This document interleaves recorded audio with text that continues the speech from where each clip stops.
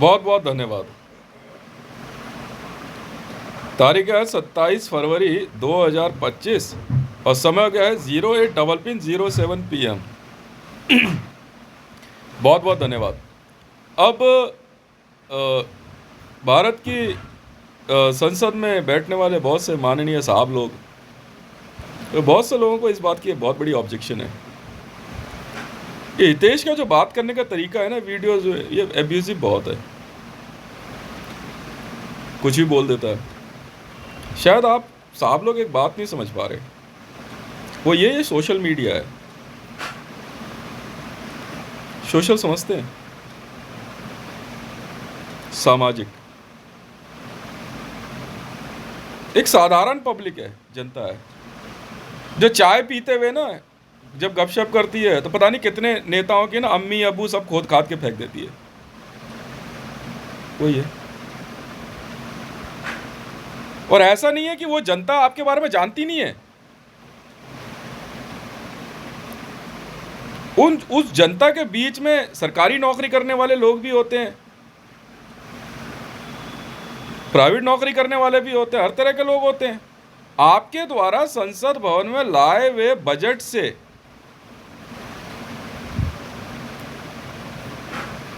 सब्जी मंडी में आलू का भाव क्या हो रहा है उसका असर उन पे पड़ता है, आप पे नहीं पड़ता। इस तो गाली क्या बात कर रहे हो सर? वो तो बस वही है, उसी को मैंने आपको बस एक ऐसे कांग्रेस का हाथ नहीं दिखा रहा, बस एक आईना दिखा दिया।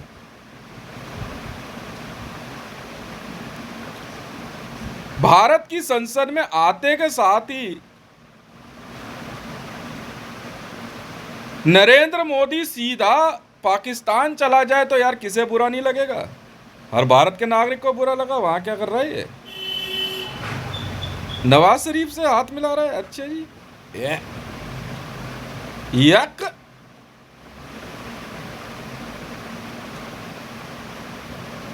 पाकिस्तान को मुंह तोड़ जवाब देंगे भाई साहब। तीसरा टर्म है।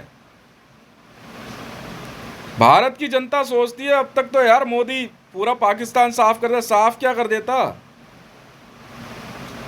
उसके फेंके हुए टुकड़े पे पल रहा। दिन रात की रिकॉर्डिंग है, दिन रात की रिकॉर्डिंग है। किंग सलमान के फेंके हुए टुकड़ों पे पल रहा। ये तक रिकॉर्डिंग है कि नरेंद्र मोदी किंग सलमान को कह रहा है, जिले इलाही आपने बुला लिया मुझे, बड़ी खुशी हुई है। हम भारत की जनता हैं जनाब।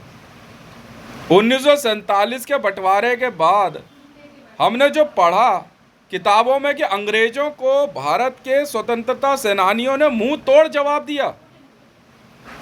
भारत पे इस्लामिक हमलावरों को भारत की जनता ने मुंह तोड़ जवाब दिया। वही खून है सर, वही बोल रहा है। नहीं बर्दाश्त करते ना। भारत की राजनीति के अंदर अगर राष्ट्रपति भवन में किंग सलमान को गार्ड ऑफ ऑनर दिया जा रहा है या किंग चार्ल्स को गार्ड ऑफ ऑनर दिया जा रहा है तो सर खून जलता है। भारत की जनता है। अब जाके गोली तो मार नहीं देंगे सर। बब्बर खालसा या खालिस्तान लिबरेशन फ्रंट ज्वाइन नहीं करी ना, गाली देकर ही काम चला लेते हैं और क्या करेंगे। तो यही बात है। अब बात आती है अमान को लेके। अमान कंपनी से पैसे लेने की बात पे नवनीत राणा जी, आप साहब हैं। मैं तो बहुत बहुत बड़ी किस्मत मानता हूं आज अपनी कि नवनीत राणा साहब ने एक सवाल कह दिया। बहुत से माननीय सुन भी रहे थे कि हम अमान कंपनी से पैसा इसलिए लेते हैं क्योंकि हमें इलेक्शन लड़ने के लिए पैसा चाहिए। मैडम, चुनाव, मेरा जवाब है आपको, चुनाव राजनीति पेशा नहीं है, धंधा नहीं है, बिजनेस नहीं है। राजनीति, राज करने की नीति। जेब में पैसा हो तो राज करना भैया। लोन लेके राज करोगे? क्या बात है, लोन लेके राज करोगे? राजनीति, पॉलिटिक्स में पीएचडी है। जी हां, पता कर लें। और इधर उधर से नहीं ली है, ऑक्सफोर्ड से, यूनाइटेड स्टेट ऑफ अमेरिका। राज करने की नीति का पहला नियम है, जेब में पैसा है तो नेता बन जा भैया। समाज सेवा करने तब उतर जब जेब में पैसा हो, वरना घर में बैठ और सोशल मीडिया पे जैसे हितेश भाई वीडियो बनाते रहते हैं ना, बनाता रहे। सीधी बात है। अगर आज मैं नवनीत राणा जी, इतना बड़े साहब हमारे, आपका नाम ले रहा हूं, central bureau investigation of India ये कह देना, सिर्फ कह के दिखा दे मुझे कि ये हितेश मंडल भारत के अंदर 1 करोड़ सुल्तान ऑफ ब्रूने जितना पैसा ना रखता हो, तो जिंदगी में नहीं आने वाला कैमरे पे। 1 करोड़ सुल्तान ऑफ ब्रूने मेरे आगे कुछ नहीं है नवनीत राणा जी। ये वो हितेश है, हकीकत है। अगर नवनीत राणा जी का नाम लिया, सीबीआई का नाम ले लिया, कौन सुल्तान ऑफ ब्रूने और क्या है वो? क्योंकि आप लोग जो है ना, विदेशों से आए हुए हैं। आपके दिमाग में एक ऐसी बात है जो मीडिया ने बना दी कि भारत जो है एक विकासशील देश है, विकसित नहीं है। अरे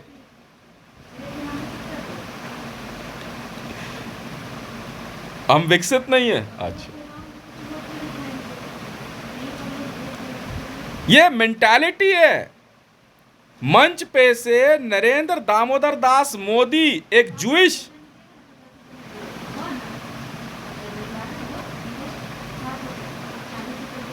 भारत को 5 ट्रिलियन की इकॉनमी बनाने की बात करता है और वो ये भूल जाता है।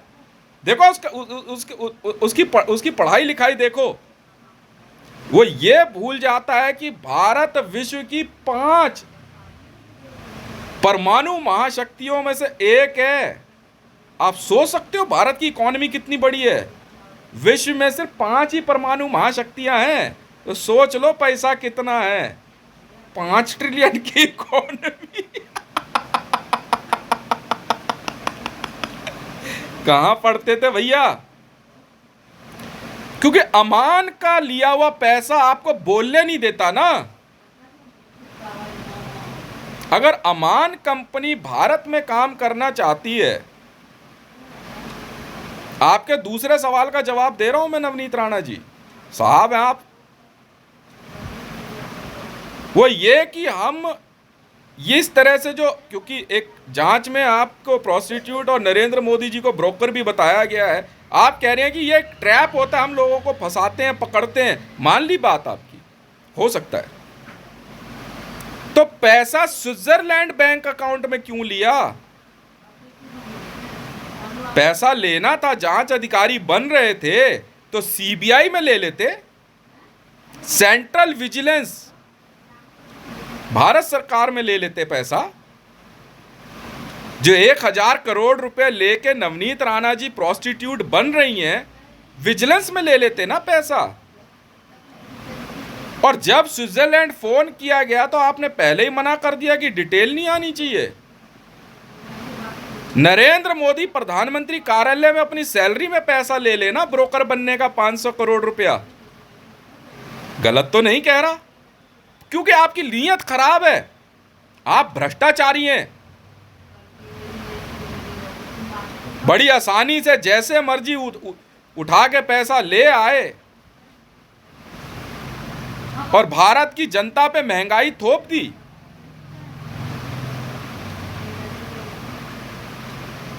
अब बात अमान की है। अमान कंपनी के कुछ नियम है, शायद आप लोग जानते नहीं है, मैं बता देता हूं। क्योंकि अमान कंपनी का पहला नियम है, आपकी नागरिकता बदल देते हैं लोन लेते ही, आप सऊदी अरब के नागरिक हो जाते हैं और भारत सरकार का आई कार्ड रख के वो अपना आई कार्ड पकड़ा देते हैं आपको। ये भी बताइए, पहली बात। दूसरी बात, अमान कंपनी भारत के किसी बैंकिंग सिस्टम को नहीं मानती, बिल्कुल नहीं मानती। अमान हो, हक्कानी नेटवर्क हो, हिजबुल्ला हो, गोदरेज हो, डोरा हो, भारत सरकार के किसी बैंकिंग सिस्टम को नहीं मानते। ना रिजर्व बैंक ऑफ इंडिया, ना सेंट्रल बैंक ऑफ इंडिया, किसी बैंकिंग सिस्टम को नहीं मानते। ये अपना कैश खुद छपवा के लाते हैं। तो हम ये क्यों ना मान लें कि ऐसा होने पे भारत की मुद्रा में जाली नोटों का आना तय है। हम ये क्यों ना माने कि भारतीय मुद्रा में जाली मुद्राओं की, जो जाली नोट होते हैं, इसकी मिलावट का काम अमान के द्वारा और आप जैसे माननीयों की वजह से ही हो रहा है। और नहीं भी हो रहा है तो खतरा तो बना हुआ है, ये ध्यान रखिएगा। बहुत बहुत शुक्रिया कि चलिए इसी बहाने आपने ये एक्सेप्ट तो किया नवनीत राणा जी कि आप लोगों ने अमान से पैसा लिया हुआ है, ये कह के कि हमारे को लोन की जरूरत पड़ती है चुनाव लड़ने के लिए। चलिए यही बहुत है। मैडम जी, हितेश फिनकॉर्प से पैसा ले लेते, इसी बहाने एडवर्टाइजमेंट भी कर देता हूं अपनी कंपनी की, जिसमें प्रभु श्री राम की भक्ति और भारत की नागरिकता है। और यकीन जानिएगा ये इतनी बड़ी कंपनी है कि सुल्तान और ब्रूने को भी लोन देने की औकात रखती है। और मैं वो आदमी हूं जिस किंग सलमान के फेंके हुए टुकड़ों पे आप पलते हैं ना, साफ बोलता हूं मैं। अभी 200 ट्रिलियन का लोन जो है ना इंडियन रुपीस में, मैंने ही दिया है किंग सलमान को आईबी के थ्रू। मैं काम करता ही नहीं। सीपीआर कॉल के जो पैसे हैं, मैंने पहले ही क्या दिया कि ये पैसा अगर आप स्विट्जरलैंड की कंपनी में बात करना चाहते हैं तो आपको पैसा central vigilance of India, CBI, Delhi police के द्वारा ही दिया जाना है। आप इस पैसे को इन तीनों एजेंसी या भारत सरकार में इंडियन आर्मी के थ्रू ये पैसा आप मुझे दे सकते हैं, वरना कॉल कनेक्ट नहीं होने वाली यूकॉप्स में। आपने पेमेंट करी, मैंने income tax department of India को बोल दिया कि सर आप टैक्स ले लीजिए। मैं काम करता ही नहीं और कभी भी अपनी कंपनियों में ऐसा कोई एम्प्लॉय टॉप लेवल पे नहीं रखता जो भारत सरकार में कार्यरत ना हो। रिटायर्ड आईएएस आईपीएस ऑफिसर्स को मैं हायर करता हूं कि सर मेरी कंपनियां हैं, देख लीजिए जरा, सैलरी 3 गुना दूंगा, पर भारत का नागरिक हूं जी। नहीं, न लेता ही नहीं। हाँ, विदेशों से आते हैं तो उनको उन्हीं के देशों में हम जो है ट्रेनिंग देकर वहाँ पे उनको जो है डिप्लॉय करते हैं और यहाँ से कंट्रोल करते हैं। उदाहरण के तौर पे माहिरा खान जी हैं, पाकिस्तान की हाईएस्ट पेड एक्ट्रेस।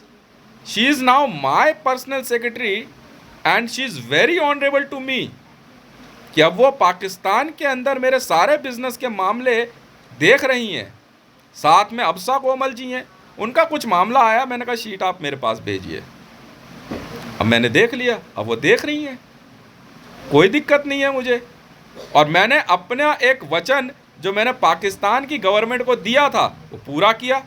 उन्होंने कहा कि सर आपने बहुत बड़े बिजनेस पाकिस्तान में ख़रीदे हैं तो पाकिस्तानी नागरिकों को नौकरी नहीं मिलेगी। मैं कहा मैं पहला अधिकार ही पाकिस्तान के नागरिकों को देता हूँ। और बोलो, मेरे द्वारा खरीदी गई पाकिस्तान की कंपनियां, उनमें पहले नौकरी पाकिस्तान के नागरिकों को दूंगा। मैं ऐसा इंसान नहीं हूं कि जो ऐसा काम कर दे जो नीतिगत नहीं है, बिल्कुल नहीं। भारत के नागरिकों को भारत की कंपनियों में नौकरी मिलेगी, पाकिस्तान के नागरिकों को पाकिस्तान में नौकरी मिलेगी, वहाँ की कंपनियों में मिलेगी। पर मैं जासूसी नहीं करता जी, ना ही माहिरा खान करेगी पाकिस्तान की जासूसी, मेरे लिए नहीं चाहिए जी। ना मैं अपने देश में किसी को बोलता भाई हम जासूसी नहीं करते, भाई फाइल ले जाओ। निगमा कहाँ है, सिग्मा कहाँ है, डिगमा कहाँ है और अयूब खान कहाँ है हमें नहीं पता जी। शहबाज शरीफ कहाँ हमें नहीं पता जी, आप जाओ। हम ये काम करते ही नहीं। मेरी एक भी कंपनी किसी भी देश के लिए जासूसी का काम नहीं करती, हमारे को ज़रूरत ही नहीं है। पाकिस्तान के अंदर बाइकोज है, थार कोल्डफील्ड है, पाकिस्तान का पावर ग्रुप है, मेरा है। यहाँ तक कि CPEC, China Pakistan economical corridor मेरा है। ज़रूरत नहीं है, आप काम कीजिए। कंट्रोलर्स हैं हम लोग, बिल्कुल हैं, और पूरा इनकम टैक्स देते हैं। यहाँ तक कि पाकिस्तान के अंदर अगर यूरेनियम माइन का भी मामला आ जाए, सर इनकम टैक्स रखा हुआ ले जाओ जी, हम तो पीछे नहीं हटते। पाकिस्तान गवर्नमेंट आप इनकम टैक्स लो सर। कानूनी जितने रास्ते हम अपनाते हैं, चाहे हमें कितने ही दिन लग जाएं। आज काम नहीं होगा, कल आएगा साहब, बैठेगा कुर्सी पे, कल कर देगा काम, कल आएंगे फिर से। हमें चिंता नहीं है, साइन आज नहीं होगा कल हो जाएगा, हमें ज़रूरत ही नहीं है। अपॉइंटमेंट लेके जाते हैं चाहे कितने बड़े रैंक पे हो, और काम international criminal court of justice, king Salman से फ़ोन नहीं करवाते हम। कौन किंग सलमान? यस। तो अगर अमान को काम करना है भारत में, तो भाई देखो, सबसे पहले तो आप रिजर्व बैंक ऑफ इंडिया के थ्रू फाइनेंस का काम करेंगे, पर ये नहीं करते ना, ऑब्जेक्शन यहां है। दूसरा, आईबी की क्लियरेंस चाहिए, ये नहीं करते ना, ऑब्जेक्शन यहां है। भारतीय मुद्रा रिजर्व बैंक ऑफ इंडिया के कहने पे छपेगी, नहीं करते ना, जावेद खनानी छापेगा, किंग सलमान छापेगा, क्यों छापेगा? नहीं चलता ना। यही था डिमोनेटाइजेशन, जो सवाल इकरा हसन जी पूछना चाह रही थी कि आपने डिमोनेटाइजेशन का विरोध क्यों किया। क्योंकि मैडम वो मुद्रा छापने के ऑर्डर किंग सलमान के द्वारा दिए गए, reserve bank of India. Madam आप कौन है? तो मैंने अगर ऐसा कह दिया तो मैं कौन सा गलत आदमी हो गया भाई? मेरे से कह रही है मैडम कि आप डरपोक हो, आप सीबीआई से डरते हो। क्यों नहीं डरूं मैडम, भारत सरकार है, भारत सरकार से डर लगता है मैडम, कानून का पालन करना जानता हूं, इंसर्जेंट नहीं हूं, इनकम टैक्स देना जानता हूं। इनकम टैक्स से डर लगता है मैडम, रेड हो जाए तो कल को कोई रोड पे ये ना कह दे कि हितेश ने इनकम टैक्स की चोरी करी। नहीं मैडम, बिल्कुल नहीं। आप टैक्स लो सर, जो किया लिख के बता दिया, बड़े से बड़े टेस्ट हैं, यूरेनियम परचेज है, कुछ भी है लिखा हुआ है, आप चेक कर लो सर। ऑफिसर्स बैठे हैं, काम कर रहे हैं, 3 गुना सैलरी देता हूं मैं अपनी कंपनी में। भारत सरकार में कार्यरत ऑफिसरों को भी हायर किया जाता है, भारत सरकार से परमिशन लेता हूं। प्राइवेट आर्मी मेरी है, बिल्कुल है, तो इसके लिए मैंने इंडियन आर्मी से क्या कहते हैं सोल्जर्स हायर किए, 3 गुना सैलरी है। मैक्सिमम सैलरी $2,40,000 US है, टॉप सैलरी। और आज मेरी पीएस की बात करते हो तो ये भी एक मामला मीडिया में है, वो तो इनकम टैक्स को मालूम है। 1000 ट्रिलियन इंडियन रुपीस की पेमेंट मैंने इंटरनेशनल इंटेलिजेंस को करी, क्योंकि माहिरा खान जी को मैं हायर कर रहा हूँ मेरे कुछ एक कामों को संभालने के लिए। अफसा कोमल जी को हायर कर रहा हूँ, राज लवीनिया जी को हायर कर रहा हूँ। न्यूज़ 18 इंडिया मेरे बिजनेस का हेडक्वार्टर है, जोड़ दिया, इतनी सी बात। क्योंकि मुझे क्या लेना देना। और बात टैक्स देने की सिर्फ भारत में नहीं है, यह मेरा नियम पूरे विश्व में, अमेरिका हो, रूस हो, चीन हो, जापान हो, सऊदी अरेबिया हो, आप किंगडम सी का टैक्स लो ना, हम तो नहीं मानते कुछ, बस हमारा टैक्स से मतलब है। आपका टैक्स बनता आप ले लो सर। आपके यहाँ काम करने के लिए कौन सा लाइसेंस चाहिए? ये लाइसेंस चाहिए, आ जाएगा सर। मुद्रा छापनी है, अब हम अपना प्रॉफिट रिकवर करते हैं, करेंसी हम भी छापते हैं, पर हम खुद नहीं छापते, world bank, reserve bank of India, बात खत्म। मेरा जो भी बिजनेस मैंने स्टार्ट किया अपने सेविंग अकाउंट पे किया है। अब क्या करें, सेविंग अकाउंट था छोटा सा, अब बिजनेस बढ़ गया तो बता दिया bank of India. Saving account पे है, वो कह रहे कि करना पड़ेगा। मैं कहा देख लेना यार, अपने आप देख लेना भैया, जो कानून लगता हो बता देना, डॉक्यूमेंट ला के देने की जिम्मेवारी मेरी है। पर मैं काम पूरा दिन इतनी स्पीड में करता हूँ, मेरे पास इतना टाइम नहीं होता। आप लोग क्यों करते हो, कैसे करते हो, आप समझो। जेब में 100 करोड़ रुपया अगर कैश है ना, सरप्लस, तो ही पॉलिटिक्स में आइएगा मेंबर ऑफ पार्लियामेंट बनने के लिए। कैश सरप्लस, अमान का लोन लेके नहीं।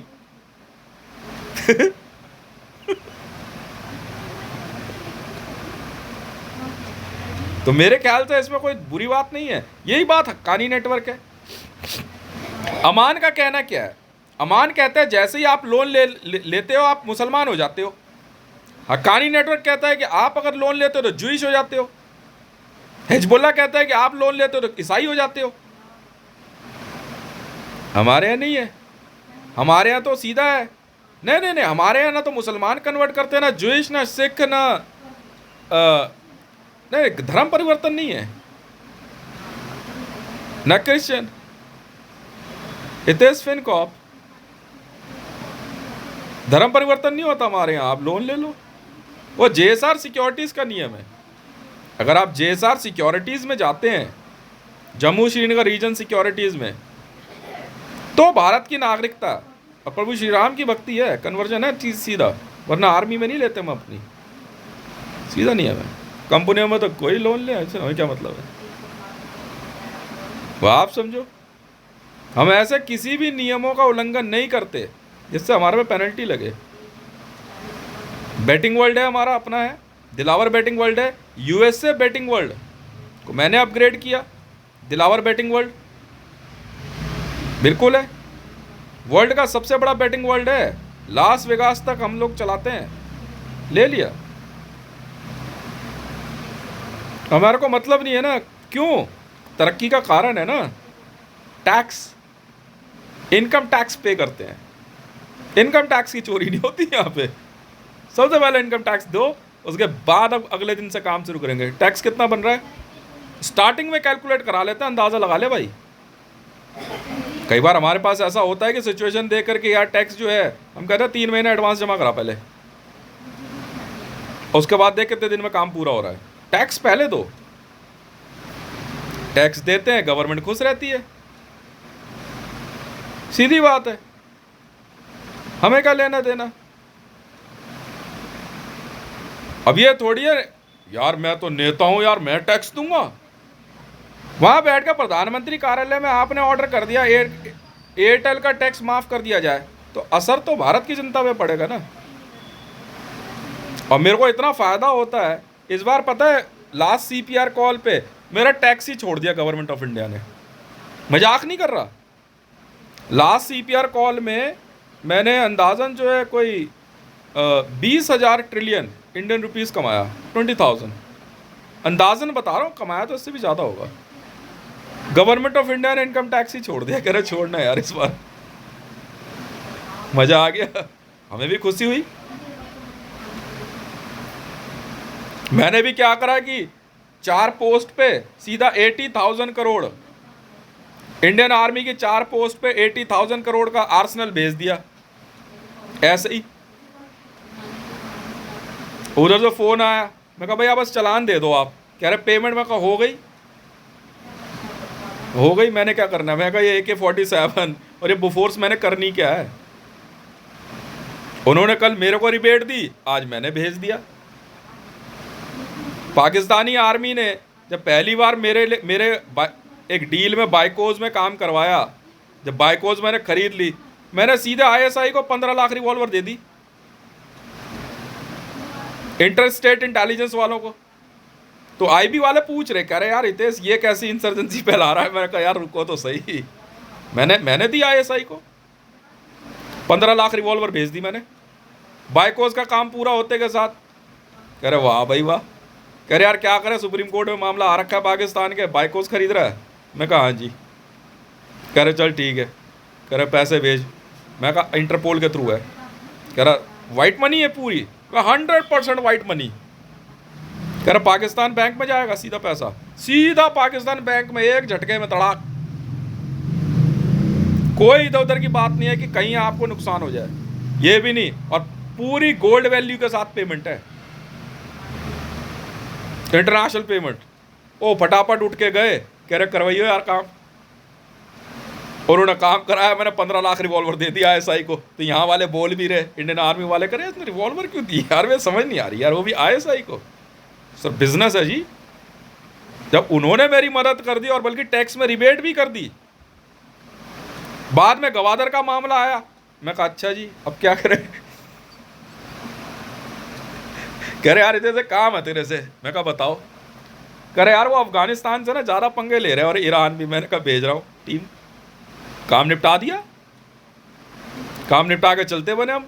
उन्होंने गवादर, पूरा पोर्ट गवादर का जो सौदा था वो हो गया, गवादर मैंने खरीदा। मैं कहा इससे मैं निपटूंगा। अफगानिस्तान बॉर्डर, मैं कहा पूरा डूरेंट लाइन पे जो फेंसिंग का काम था वो करा दिया। मैं कहा पेमेंट छोड़ना यार, चालान पकड़ा दे, चालान पकड़ा दे भाई। पर जो वहाँ की लॉबी है, जैसे मरियम नवाज शरीफ है या इमरान खान है, मैं इनकी नौकरी नहीं करता, मैं शहबाज शरीफ की नौकरी नहीं करता। मुझे पाकिस्तान गवर्नमेंट की बात समझ में आती है। I am talking with Pakistani government and Narendra Modi is talking with Nawaz Sharif. बहुत फर्क है ना मेरे और नरेंद्र मोदी के काम करने में। कौन नवाज शरीफ है हम नहीं जानते। हम तो सीधा we always love to talk with government of Pakistan. Simple simple है। उन्होंने कहा कि यार रितेश हमारा एक वॉइस रडार कनेक्ट होना है ये पाकिस्तान रेडियो का, हो जाएगा। थार कोल्डफील्ड का सौदा हुआ, सौदा होते के साथ ही ईरानियन बॉर्डर पूरा क्लियर करा के डूरेंट लाइन में पूरी फेंसिंग मार दी, मशीन ही लगा दी। बाहर में जाओ, मैंने लगाई मशीन बॉर्डर फेंसिंग की। पाकिस्तान ईरान अफगानिस्तान बॉर्डर पे फेंसिंग का काम मैंने कंप्लीट कराया है भाई। इतनी सी बात है, कोई बात नहीं, चलता है। क्योंकि मुझे मतलब नहीं है असीम मुनीर से, मैं व्यक्ति विशेष की पूजा पाठ नहीं करता, मुझे क्या लेना देना भैया। पाकिस्तानी गवर्नमेंट में बात हुई, सुप्रीम कोर्ट के ऑर्डर हुए, कह रहे हितेश काम तो हो जाएगा, ये पेमेंट। मैं कहा जी पेमेंट वर्ल्ड बैंक से सीधा अकाउंट में, और बताओ गोल्ड वैल्यू के साथ है। करे डील, मैं डील लो जी, हो गया काम। यहां भी भारत के अंदर भी कौन नरेंद्र मोदी नहीं जानता ना, government of India. I am talking to government of India, I am not talking to any person individual whom soever you are। मुझे कोई मतलब नहीं है। और वेपन डील का मामला आ जाए, पॉलिटिक्स से तो 200 कदम दूर हितेश भाई, देखता भी नहीं, मुंह भी नहीं करता उनकी तरफ। अगर वेपन डील का मामला आ जाए और कोई पॉलिटिकल लॉबी आ जाए, जैसे प्रधानमंत्री कार्यालय से नरेंद्र मोदी बोल दे या राहुल गांधी बोल दे वेपन डील है, नहीं करनी ना, यूकॉप्स में चले जाओ। मैं नहीं करता, वहाँ जाओ, हम बात नहीं करते, मैं करता ही नहीं डील। इंडियन आर्मी ने कहा कि हितेश MiG-29 की डील है, 2000 MiG-29 की डील में हो जाएगा। पर साफ बात है, पॉलिटिकल लॉबी से मैं बात नहीं करता।